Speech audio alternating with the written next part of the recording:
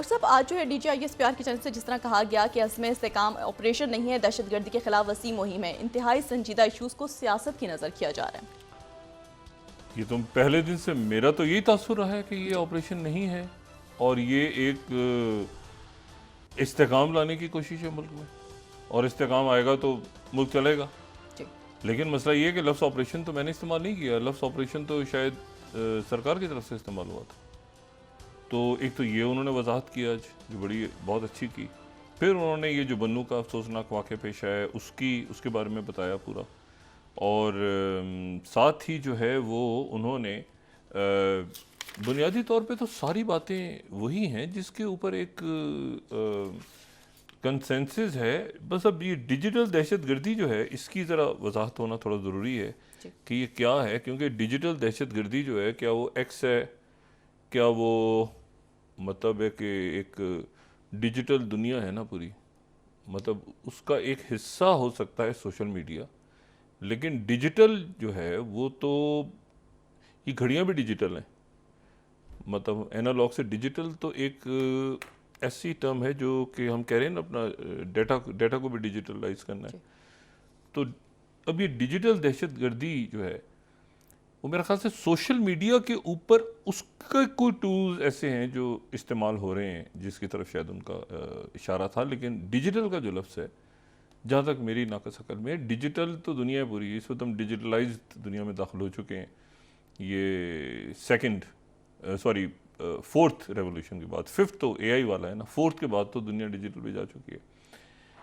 तो उस पर शायद सोशल मीडिया की तरफ उनका इशारा था ख़ास अंदाज में, जिस पे बहुत कुछ हो रहा है। और फॉग ऑफ वॉर में वो बात उनकी बिल्कुल बजा के समझ ही नहीं आता कि भाई एक क्लिप क्या आ रहा है, दूसरा कुछ डाल रहा है, कोई तीसरी बात हो रही है, एक कन्फ्यूजन फैला होता है।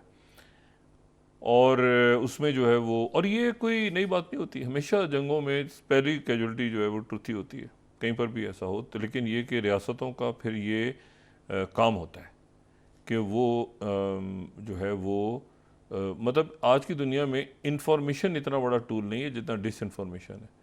तो अगर हम ये कहें कि हम डिसइंफॉर्मेशन, मतलब डिसइंफॉर्मेशन एक वॉरफेयर, ग्रे जोन वॉरफेयर का हिस्सा है और हमेशा से है। ये तारीखी तौर पे डिसइंफॉर्मेशन, उधर ये हो गया, उधर एक आदमी कत्ल हो गया, अफवाह फैला दी, लश्कर के अंदर भगदड़ मच गई, मतलब डिसइंफॉर्मेशन उसका हिस्सा है, एक वॉरफेयर का हिस्सा है। और ये ग्रे जोन वॉरफेयर का तो बहुत ही अहम हिस्सा है आज की दुनिया में। उससे कैसे नबरद आजमा होना है, और साथ ही ये कि सही मालूमात भी ना, अगर टोटल मालूमात बंद कर देंगे अफवाहें फैलेंगी। बांग्लादेश में कर्फ्यू लग गया तो नहीं ख़त्म हुए ना हंगामे, उस वक्त ख़त्म नहीं हुए जब तक वो ऐलान वापस नहीं हुआ, और ऐलान वापस हुआ तो अब उन्होंने वक्फा दिया है 48 घंटे का कि हम देखते हैं। तो वो फिर सीना का जराव मुसीबत होती है। तो बड़ा एक तरीके के साथ, लेकिन बाकी जितने उसमें इश्यूज़ हैं मैं उनसे इत्तेफाक करता हूँ। ये एक लफ्ज़ के अलावा ये एक लफ्ज़ है जिसके ऊपर मुझे थोड़ा सा है कि डिजिटल के से हट के अगर कोई और लफ्ज़, सजेशन है। लेकिन बाकी जो चार्जशीट है वो तो अब वो क्या है, किसके खिलाफ है, क्या है ज़रा। और ये IBB अचानक निकल के आ गए हैं कहीं। तो मियाँ शाहिद साहब हमारे जो इस्लामाबाद के ब्यूरो चीफ हैं, उनसे ज़रा पूछता हूँ कि ये जो है, ये तो इसमें और बहुत सारे नुकात हैं ना। एक तो उन्होंने डिजिटल की बात की है जिस पे मैंने कहा कि ये बहुत ज़रूरी है कि जो है वो सच लोगों तक पहुँचे। लेकिन सोशल मीडिया की एक दो एप्लीकेशन से हट के बाकी जो डिजिटल की दुनिया है ना, वो तो एक ऐसी दुनिया है जिसमें हमने जाना ही जाना है, और जा रहा है, पाकिस्तान जा रहा है उसमें। अच्छा, तो बाकी जो है वो उनके नुकात, तो मैं किसी नुक्ते से उनके इख्तलाफ नहीं कर रहा, बहैसियत मुझे बिल्कुल जो उनकी बात है बिल्कुल ठीक है। बल्कि मैं थोड़ा सा खुश हूँ, बल्कि मैं काफ़ी खुश हूँ, मैं काफ़ी से ज़्यादा खुश हूँ। अच्छा, क्यों? मियाँ शाहिद साहब से बात करते हैं। मियाँ साहब अस्सलाम वालेकुम। वालेकुम सलाम सर।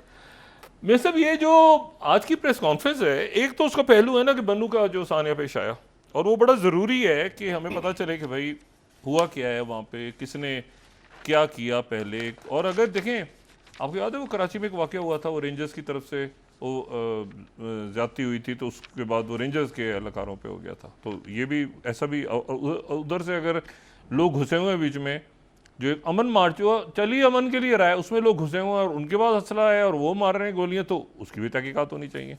तो ये बड़ी एक इम्पॉर्टेंट बात है कि इसका जो है हमें पता चले। और वहाँ के लोग बड़े समझदार लोग हैं और वो खुद यकीनन मेरा ख्याल है कि इसी तरह, लेकिन और बहुत सारे नुकात हैं मियां साहब इसमें। आज की जो प्रेस कॉन्फ्रेंस है वो एक डिजिटल का मामला, तो मैंने कहा कि वो थोड़ा सा उसका एक लफ्ज़ का शायद मुझे थोड़ा सा उस पर है, और बाकी तो मेरा ख्याल है कि मुनासिब बात है। बन्नू वाला वाक़या और बाकी जो है वो आपने और कौन से नुकात नोट किए इसमें ये सब, जिसके बायस मैं अपनी खुशी का इजहार कर रहा हूँ, आप ज़रा गेस करें वो क्या हो सकती है चीज़? डॉक्टर साहब देखें, आज DGISPR की जानिब से जो प्रेस कॉन्फ्रेंस की गई उसमें बहुत सी चीज़ों की वजाहत की गई और बहुत सी हकीकतें जो हैं वो बयान की गई हैं। बहुत से गलतफहमियाँ थीं और लोगों के जहनों में वो हकीकत सामने नहीं थी जो आज सामने आ चुकी है। उसमें देखें सर, एक तो दहशतगर्दी का सामना है ही, हमारी पूरी कौम को दहशतगर्दी का सामना है और दिहाइयों से है, और उसका मुकाबला पाक फ़ौज बड़े अज़्म और हौसले से कर रही है। लेकिन दूसरी जो आज निकात हैं उसमें देखें, सियासी माफिया जो है जिसने उस मुल्क को नुकसान पहुंचाया है उसका भी जिक्र किया गया है, और इसमें डिजिटल दहशतगर्दी का जिक्र किया गया है। एक मिनट, सियासी माफिया या माफिया? सर सियासी माफिया, अच्छा। सियासी माफिया का जिक्र किया गया है। आपने देखा सर, इस मुल्क को बहुत से सियासी माफिया ने जकड़ा हुआ है। नहीं, कौन सी सियासी माफिया? मतलब एक पार्टी है या बहुत सारी है? कौन है? कौन? देखिए, इसमें सर एक पार्टी का जिक्र नहीं किया गया, इसमें एक माफिया का जिक्र किया गया है। जो सियासी माफिया है वो कोई भी हो सकता है, जो माफिया होता है उसमें जो सियासी माफिया है वो है। इसमें किसी पार्टी का जिक्र नहीं है, इसमें माफिया का जिक्र है। अच्छा। चूंकि जब माफिया का जिक्र हुआ तो उसके बाद इस दहशतगर्दी से जुड़े हुए जो अवामल बयान किए गए उसमें स्मगलिंग किया गया कि ये स्मगलिंग जो है वो भी दहशतगर्दी के साथ जुड़ा हुआ एक अमल है। नॉन कस्टम गाड़ियां जो हैं वो भी दहशतगर्दी के साथ जुड़ा हुआ अमल है। वो आपके जो अल्फाज और आपके जो टाइटल जो आपने दिए थे डॉक्टर साहब, जिसमें मुआशी दहशतगर्दी थी, वो भी एक जुड़ा हुआ दहशतगर्दी के साथ एक टाइटल है। और उसके बाद आपका एक ही आपका जो है वो टाइटल है जिसका नाम है बदमाशिया, वो भी जो है वो दहशतगर्दी के साथ जुड़ा हुआ एक टाइटल है। ये सारे टाइटल जो है आज उनकी वजाहत की गई है कि इसका सारे का सारा ताल्लुक जो है वो दहशतगर्दी के साथ है, जो मुल्क की जड़ें खोखली कर रहा है। और इनका सारे के सारे नहीं, यानी इसमें माशी दहशतगर्दी आ रही है, आप ये कहना चाह रहे हैं? ये मेरी खुशी की वजह बता रहे हैं आप? डॉक्टर साहब बिल्कुल, इसमें माशी दहशतगर्दी जो है वो सबसे ऊपर है। अच्छा। क्योंकि जितनी भी ये दहशतगर्दियां हैं वो मिलकर माशी दहशतगर्दी बनती है, और माशी दहशतगर्दी जो है वो मुल्क को खोखला कर रही है। माशी दहशतगर्दी से ही दहशतगर्दी हो रही है जो कि मुल्क को इस वक्त जिसका सामना है दहशतगर्दी का। उन्होंने गालिबन वो स्पेक्ट्रम का जिक्र भी किया और उसमें उन्होंने कहा कि लोग जो हैं वो इसमें तस्वुर से ज्यादा पैसा बना रहे हैं। बिल्कुल, पैसा बहुत थोड़ा नीचे पहुंचता है, बाकी तस्वुर से ज्यादा पैसा ऊपर जमा हो जाता है और फिर नीचे वो इस्तेमाल होता है दहशतगर्दी के लिए। डॉक्टर साहब बिल्कुल होश रबा, इसमें इतना बड़ा पैसा कमाया जाता है। और आज DGISPR ने भी वजाहत की और उन्होंने बताया, कौम को बताया है कि आज ये जो दहशतगर्दी है, एक दहशतगर्दी जो मुल्क को जो है वो जिसका सामना है, उसके साथ जो जुड़े हुए दहशतगर्दियां हैं, जो अवामल हैं, वो कौन कौन से हैं और उससे कितना कितना बड़ा पैसा कमाया जाता है। अच्छा, एक तो उन्होंने कहा ये जो कस्टम पेड गाड़ियां, ये अच्छा ये बहुत बड़ा माफिया है कोई? डॉक्टर साहब, इस्लामाबाद जो कैपिटल है, इसकी सड़कों पर जो है नॉन कस्टम गाड़ियां घूमती हैं। इसकी सड़कों पर बड़ी बड़ी गाड़ियों को अगर चेक किया जाए तो उसमें हजारों गाड़ियां नॉन कस्टम निकलेंगी। और मैं ये दावे से कहता हूं कि अगर कॉन्स्टिट्यूशन एवेन्यू पर नाका लगा लिया जाए, वहां पर कस्टम इंटेलिजेंस नाका लगाए, तो वहां से भी निकलेंगी। अगर किसी भी शाहराह पर, पाकिस्तान की कैपिटल की बड़ी शाहराह पर जो है कस्टम इंटेलिजेंस अपना नाका लगाए, तो वहां पर बहुत सी गाड़ियां कस्टम जो है नॉन कस्टम निकलेंगी। और आज DGISPR ने ये वाज़ेह किया। ये कहां से आती हैं गाड़ियां? ये गाड़ियां यानी किसी जमीनी रूट से आ रही हैं या ये बंदरगाहों से आ रही हैं? डॉक्टर साहब देखें, ये बंदरगाहों से नहीं आती, ये ज़मीनी रूट से आती हैं।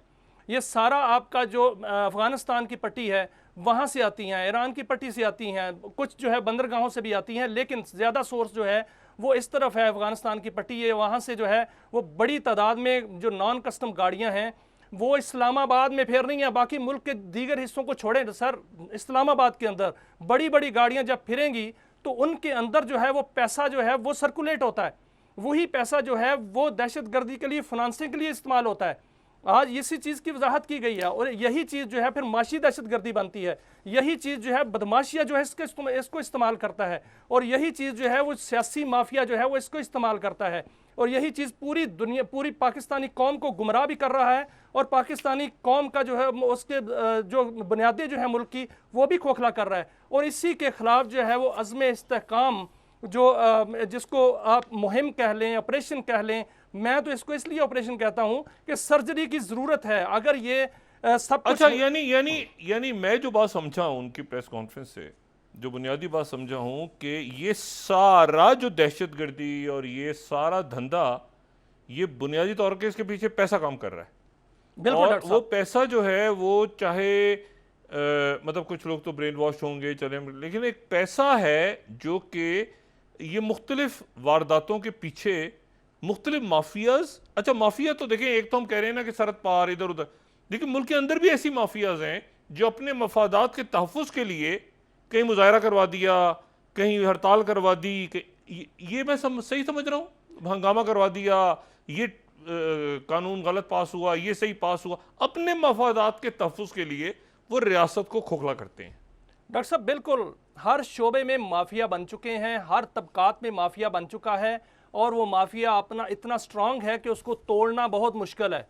उसको तोड़ने के लिए अज़्म इस्तेहकाम चाहिए और जब वो माफिया टूटेगा, तमाम शोबों का माफिया ये काटल टूटेगा तो निज़ाम जो है उसकी सरसरी हो जाएगी, फिर ये निज़ाम इस हालत में नहीं रहेगा। अच्छा, उन्होंने देखिए उन्होंने एक बात की कि भाई ये जो इंटेलिजेंस का है या जो इसकी जो काइनेटिक साइड है, उन्होंने उसमें बताया कि जी 4 से 5 ऑपरेशन तो हर घंटे में हो रहे हैं, वो फिगर्स उन्होंने दे दी। अच्छा, फिर उन्होंने कहा कि ये जो बाकी सारे काम हैं ये क्या फौज ने करने हैं। अच्छा, उसके बाद ये है कि अदालती निज़ाम के ऊपर भी उन्होंने सवाल उठाए कि भाई ये जो है ये लोग पकड़े जाते हैं और अच्छा ये तो मैं इसमें ये तहरीक इंसाफ को साइड पे रखें, लेकिन ये तो उससे पहले मामला चल रहा है ना, कई दफ़ा ऐसा हुआ है कि जी वो दहशतगर्द पकड़े, अदालतों ने छोड़ दी दहशत, मतलब ये मैं बिल्कुल तहरीक इंसाफ को और ये इस वाक़े से हट के, लेकिन ये होता रहा है माजी में। तो मुझे अब ये बताएं कि हमें एक अलग से अदालतें चाहिए इसके लिए, फिर ये मदारिस की रजिस्ट्रेशन, अच्छा ये 32,000 मदारिस हैं तो अभी तक 50% रजिस्टर नहीं हुई है क्या? कैसे ये हो नहीं गया था सारा पहले? डॉक्टर साहब निज़ाम को एक सर्जरी की ज़रूरत है, जो कि बहुत बड़ी सर्जरी की ज़रूरत है, क्योंकि निज़ाम तो इदारे तो यही हैं, इदारे तो यही काम करेंगे, लेकिन इन इदारों में जो निज़ाम है वो नहीं चल पा रहा और उसको वो इसलिए नहीं चल पा रहा, वो जकड़ा हुआ है, वो माफियाज के पंजों में जकड़ा हुआ है, उसको जो है वो छुड़ाने की ज़रूरत है। अच्छा, एक तो उन्होंने ये गाड़ियों का जिक्र किया ना, और कौन सी इसमें यानी उन्होंने काफ़ी बातें की हैं उन्होंने कि भाई यहाँ पे पैसा जो है स्मगलिंग का उन्होंने जिक्र किया है, बाकी उन्होंने बातें की हैं, तो ये सारी आपस में इंटरकनेक्टेड हैं। और कौन सी बात आपके जहन में ऐसी है जो आपको लगता है कि उन्होंने, जहाँ पर ये माफिया का लफ्ज़ उन्होंने इस्तेमाल किया है कि ये माफियाज जो हैं ये जमा है मुख्तलिफ जगहों पे? देखिए सर, जितनी भी शरपसंदी हमें नज़र आ रही है और जितना भी हमें अनरेस्ट नज़र आ रहा है और जितना भी हमें पैसा कमाने का तरीके नज़र आ रहे हैं, और फिर उन्होंने बेनामी जो है वो अकाउंट्स का जिक्र किया है, ये इससे जुड़े हुए हैं सारे बेनामी। अच्छा, ये बेनामी, हाँ ये बेनामी अकाउंट जो हैं डॉक्टर साहब, बेनामी अकाउंट से सारा कुछ जुड़ा हुआ है, स्मगलिंग से सारा कुछ जुड़ा हुआ है, एक करप्शन से जुड़ा हुआ है, फलूदे वाला, पापड़ वाला, ये वही सारे हैं ना सर? बिल्कुल वही सारे हैं, क्योंकि बेनामी अकाउंट्स किसके हैं? मखलूत चपड़ासी। बहुत से केस जो हैं सामने आए हैं, नैब ने इस पर तहकीकात की है, नैब जो है इस पर कमिटेड था, नैब ने तमाम तर तहकीकात करके रेफरेंसेस जो है वो दायर किए हुए हैं। अब देखें जो कानून आ गया कि जो नैब केस नहीं सुन सकता, तो फिर केस जो है वापस हुए, लेकिन वो कानून अभी भी मौजूद है, वो सिक्के अभी भी मौजूद हैं, वो उड़ी नहीं है, वो सिक्के जो है वो मौजूद हैं नैब की। अगर वो दोबारा सुप्रीम कोर्ट का फैसला आ जाता है उस पर और सुप्रीम कोर्ट ये कहती है कि जो करप्ट माफिया है उसके खिलाफ नैब उसी तरह काम करे जिस तरह पहले कर रहा था, तो वो केस जिंदा हो जाएंगे, उसी तरह केस जो है वापस हो जाएंगे, क्योंकि वो ट्रकों के ट्रक भर के वो जो कागजात थे जिसमें बड़े बड़े स्कैंडल्स थे, बड़े बड़े माफियाज के जो पैसे उन्होंने कमाए हुए हैं, उसमें कच्चा चिट्ठा था, वो सारे का सारा जो है वो अदालतों में मौजूद है।